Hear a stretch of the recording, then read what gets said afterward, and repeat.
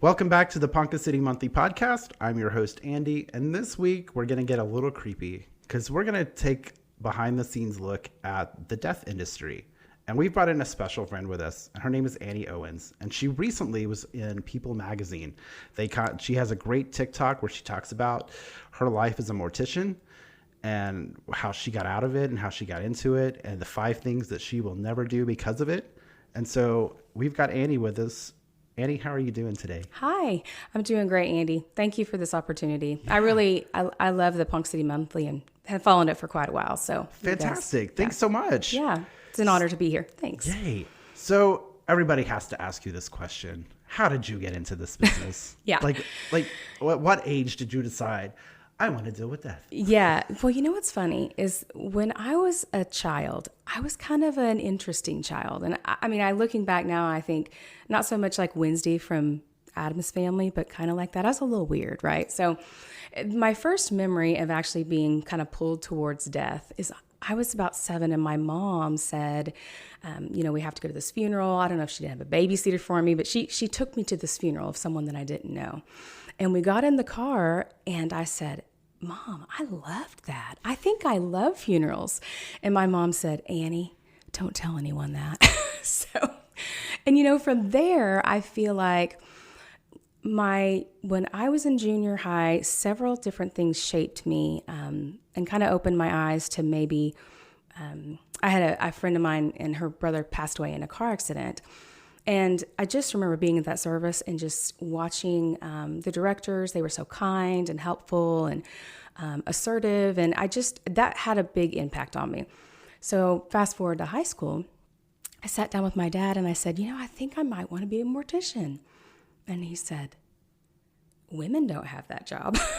He meant well, right? He was like, you're not strong enough to lift the bodies, And I thought to myself, well, maybe so, because I don't think I knew at that time there's any female morticians, So, fast forward, I went to NOC, which is a great junior college, and then went to UCO, and I was going to major in, I was maybe going to get my licensed professional counselor's degree and help children with bereavement. That was kind of the goal. That was the path, right? But for some reason, the universe keeps pulling me back towards, the death industry, because I was in a class called Psychology and Grief. And I had a girl sit next to me and she said, why aren't you in the funeral program? And for some reason, I don't know, maybe if I just put it out of my mind, I did not really think about the fact that UCO is the only, other than Dallas or Kansas City, really has a degree for that. And I said, well, are you in the industry? She goes, well, I'm getting my license. And I said, well, and I didn't say it out loud, but I thought, well, you're female, So she said, you should really change your major. And so I really thought about that. At this point, I was a junior, obviously. And I was really nervous I knew that I wanted to work with families and I knew that I could, but I was really worried about the aspect of the science, the body, the embalming. So I got the opportunity to go to work with my mom's best friend. She was actually in medical school. And so I was able to witness an autopsy. And I remember so clearly when I walked into that room, I was really nervous because I didn't know if I was going to pass out or if I was, And, the medical tech said, no, I've seen third-year medical students pass out, and I was nervous, But, when he, and I think most people don't understand that actually an autopsy is, the embalming and autopsy, there's quite a difference, with an autopsy, they, and I don't know if you want to say, we can back this up because I don't know how graphic you can be on, okay, keep going. Yeah. I don't have any rules. Yeah. Okay. That sounds good. Usually what happens, I'll be honest, is that this probably won't air for a few weeks. Mm-hmm. So I'll forget this entire conversation. Right. And then I will listen to it. And if I get bored at any point, that's where I cut it. Yeah. Be like, beep. Okay. That sounds good. That's right. If I'm bored, other people are bored. Yeah, exactly. Okay. Good. Sounds like a plan. I just remember being so fascinated by the autopsy, and it was really an honor to be there and to witness the they removed all the organs and weighed all the organs. And so, I thought this is something I think I could do, out of respect for didn't pass out, didn't get sick, because you just don't know how you're going to react, So I felt pretty confident if I could do that, I could do almost anything, Looking back, did I realize what was in store for me when it comes to, the actual working in the industry? We see a lot of things that, I don't think a lot of funeral directors are prepared for. It's just like, baptism by fire. You just have to, you go on a call and you're there and you just deal with it. But, because there's a lot of sad situations. Like I said, going back to going into the industry, I was very lucky that the owner of Trout Funeral Home here in town, he was a good family friend, and I sat down with him and asked him a lot of questions. And I remember he kind of tried to scare me off a little bit. He said, this is not for everyone, but he did also encourage me. So he said, I will hold a spot for you open, when you graduate. So that's how I actually came back to Ponca City, which is my hometown, which was wonderful. Mm-hmm. Okay. Yeah. And at the time, I didn't really think about the fact. I was really excited to come back to my original community, and I knew a lot of people here, but I just didn't, there was a lot of challenges with that too, because being in a small town, I don't think I prepared myself for, helping families that I knew personally, so, but there was a lot of difficult moments, but it was so fulfilling for me to be able to be there for someone else, sure. And I would want someone to be there for me. So it was, it's really been an honor. And all these stories that I've collected, some are funny, some are, graphic. I try real hard to be very respectful. That's first and foremost. I want to be respectful. And sometimes when people ask me about the industry, I think they walk away a little depressed because they wonder.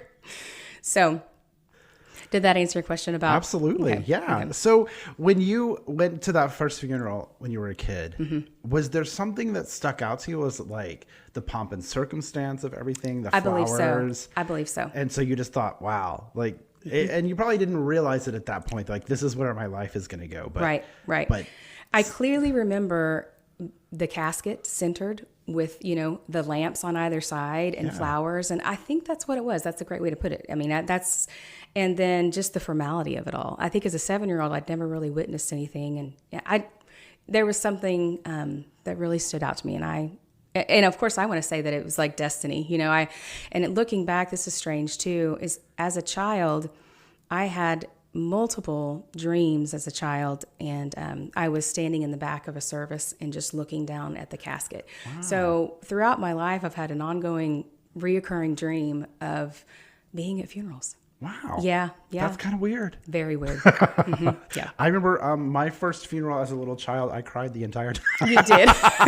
You were traumatized? I was traumatized. I was like, wow, I love this. I cried the next day. Yeah, right. I was scared. Yeah. So you mentioned it a little bit. So I want to make it clear. You are no longer in the industry. You got out. I did get out. The last couple years, I've actually worked as a contract director.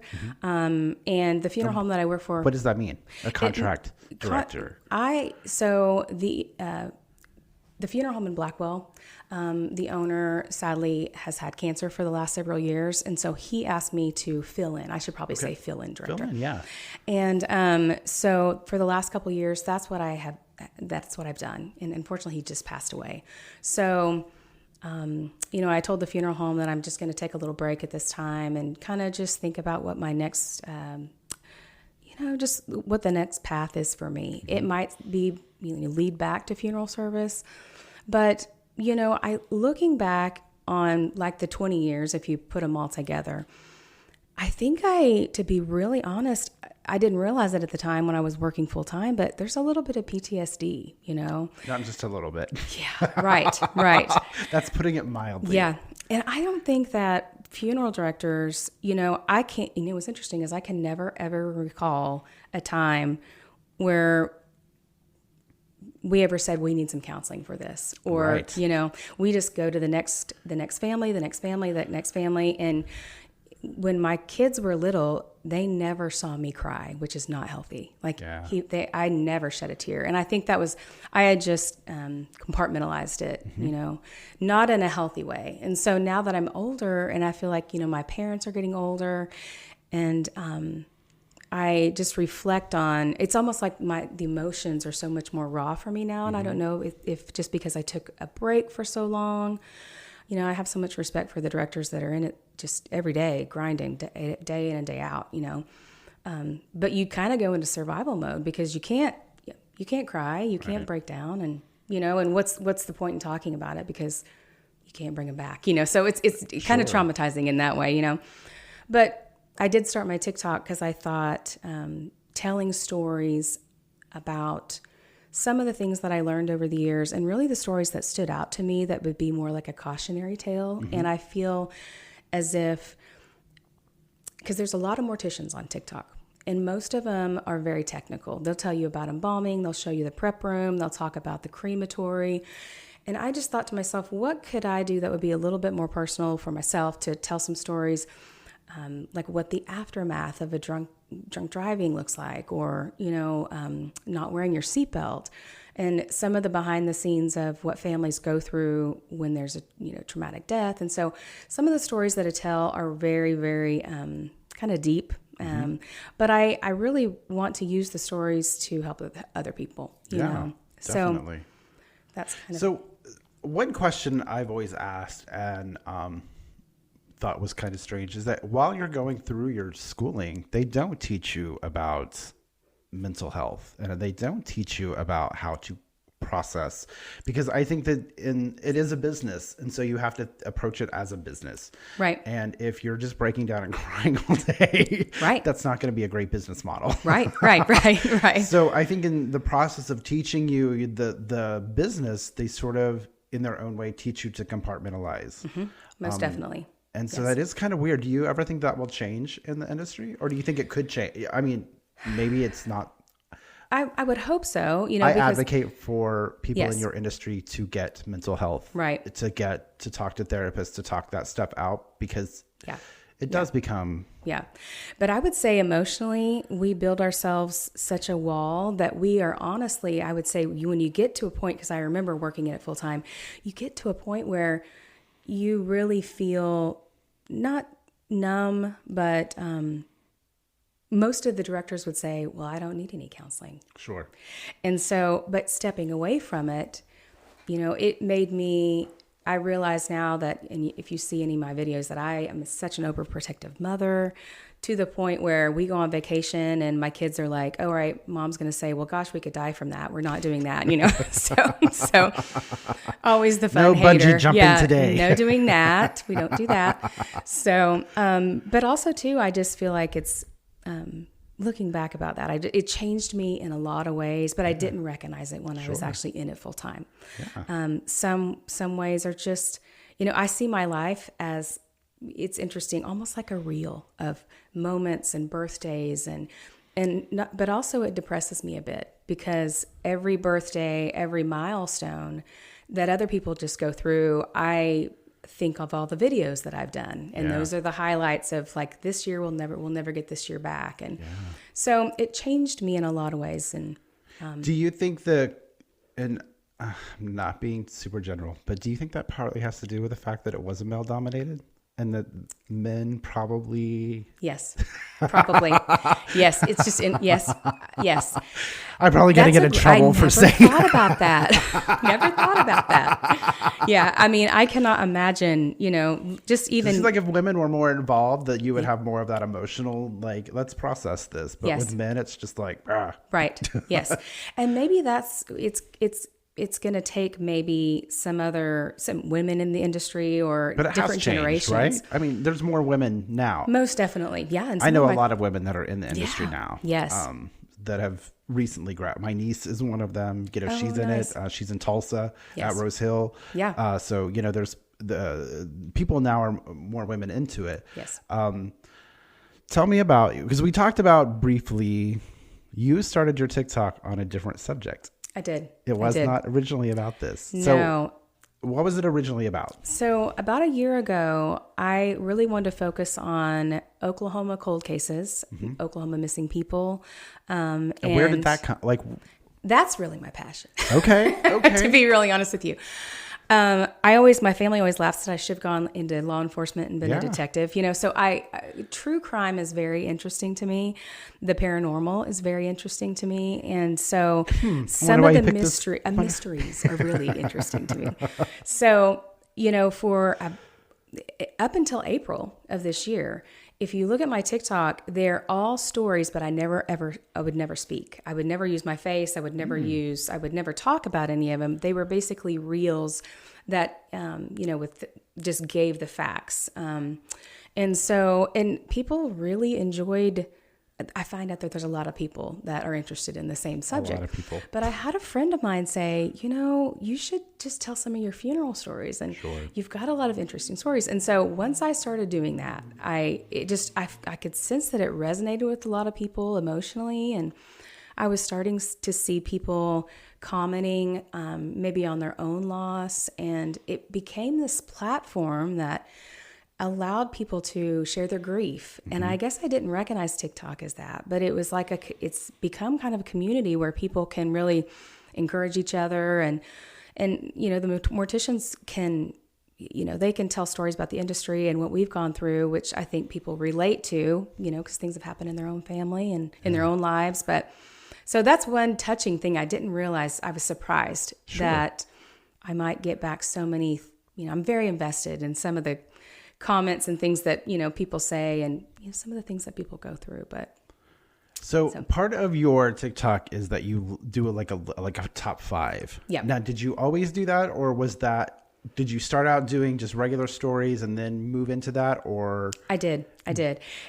It was just some regular stories. And one day I thought, there's a lot of things that I do or don't do as a mortician that I think are helpful, and I think that are, so I think I'm going to and one day I just thought, here are 5 things that I don't do because I've been a mortician, and there's a lot of things that in most of the list is derived from actually working with families. If you'll see one that, I will not let my son ride his bike down the street on our street. And I had a lot of flack. I got a lot of, poor kids, you let them have a childhood, helicopter mom, but in which there might be right in innocence, but standing by a 7-year-old's casket that got hit by a car, and that's where the PTSD comes in, but, he rides around our property, but, as far as down the street, I'm very strict when it comes to the safety aspect. I don't let them walk in a parking lot because a car could back over them. And so some of the things that I share are from cases that, that I worked with at the funeral. Yeah. So I'm going to ask a weird question. Yeah. Did you know, I have been in marketing for 30 years. So I know that to get good marketing, you do top 5 list. Did you know that whenever you did that, or was it just completely random? I did not know that. Okay. And I will say, because I was wondering, because I was like, when you first told me that it was like a top 5 list, I was like, oh, did you do that strategically? But what's interesting about that is I have noticed that those videos get so much more, watch time. Yes. Because with TikTok, to be a relevant video, they have to watch longer. I mean, because, I don't know if you get on TikTok, I'm just scrolling. Yeah. It has to be longer than 5 seconds. They have to stay with you. So, and honestly, looking back, I may have watched a doctor video that did the same thing, but I think I just, but you just came through it naturally. Yeah, I guess. You're not like us who plan that stuff. Now you need to give me some tips, right? What else do people want to know? You're doing a good job. I just want to say that. So let's talk about, we talked about this a little before we started, but what happens that night when you post that video and then you wake up the next morning and it has 800,000 views? Right. What's that feel like? I was in shock. Yeah. I was in shock. And, I woke up and I thought, what? I cannot believe this, that it just took off. And of course, it's the video that I had a pink sweatshirt. People were like, do you have a neck brace on? They were making fun of me. I had a pink sweatshirt on. My hair is pulled back in a ponytail. Of course, it's the one that's going to go viral, but I was just really shocked that people were so interested in that. And it, you know, I think I went from 16,000 followers, which I thought I had a lot. At 5,000, I was really excited, you know, and, you know, I went, you know, to 32,000 followers, you know, so, I'm still surprised. Yeah. I'm still surprised that people are that interested, because to me, it's just natural to tell stories and things that I've learned. But, you know, our industry, I think, is very fascinating and veil of mystery. But do you feel like, so like you just started out, you were just posting fun videos, stuff that now whenever you post something, do you feel like there's a certain, like you were talking about, if you're okay to talk about this, you make money off of TikTok from your videos? I have, yes. Yeah. Yes. So do you still have fun when you post them, or now is it like, now this is a job, I have to do something that's going to resonate?